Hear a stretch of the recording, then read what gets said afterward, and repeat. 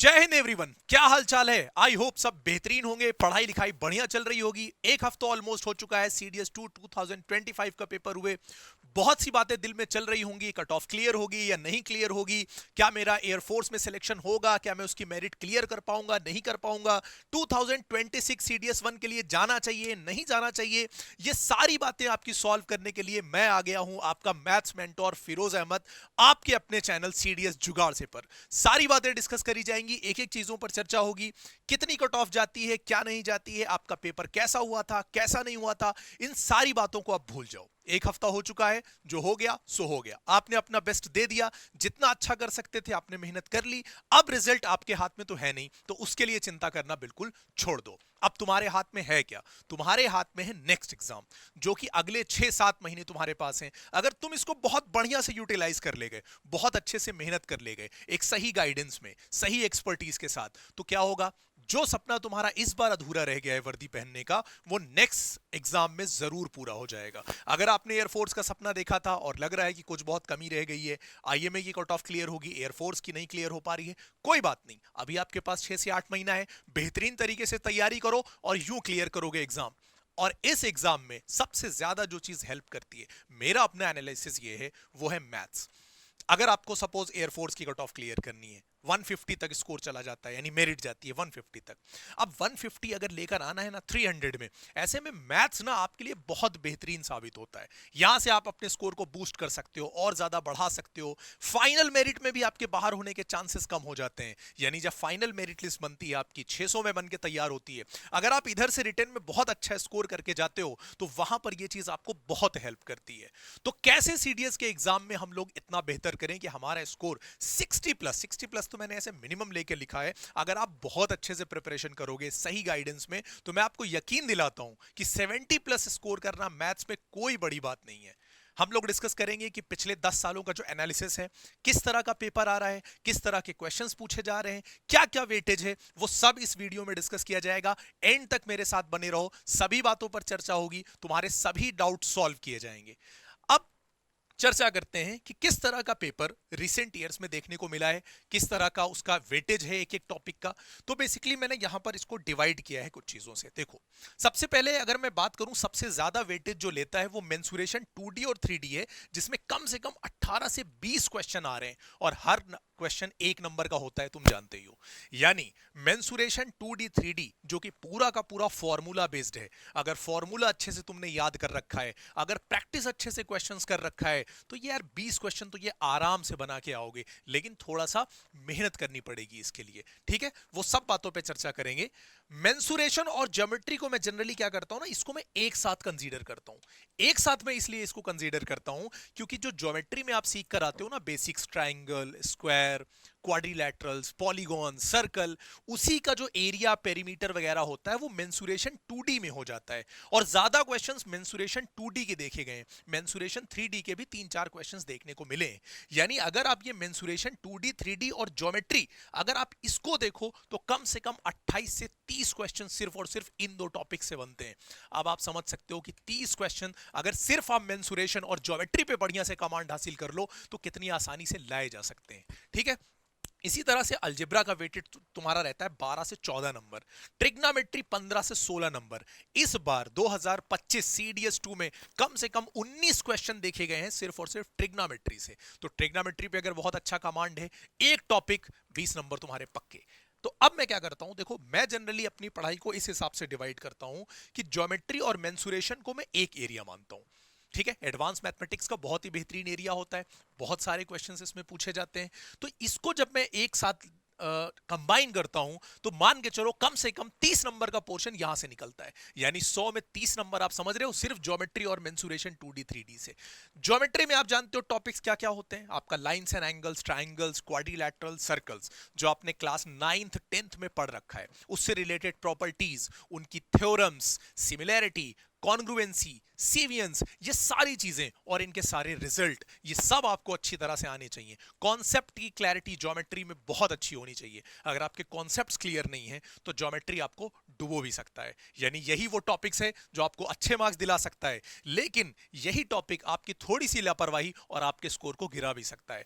Mensuration 2D की अगर मैं बात करूं तो यही जो चीजें आप ज्योमेट्री से सीख कर आओगे, इसका पेरीमीटर, इसका एरिया, ये सारी चीजें कवर करी जाती है मेंसुरेशन 2D में, जिसके कम से कम 10 से 12 क्वेश्चंस तुमको हर साल देखने को मिलते हैं।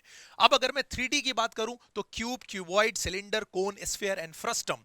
करना क्या है, फॉर्मूला ही तो लर्न करना है भाई। सरफेस एरिया का formula, curve surface area, total surface area, volume, formula याद करना है। नंबर्स ऑफ क्वेश्चंस प्रैक्टिस करके चले जाने हैं। सिलेक्टेड, मैं ये भी नहीं कहूंगा कि आप बहुत सारा भंडार लेकर वहां पर चले जाओ और एग्जाम में जाके सब भूल जाओ।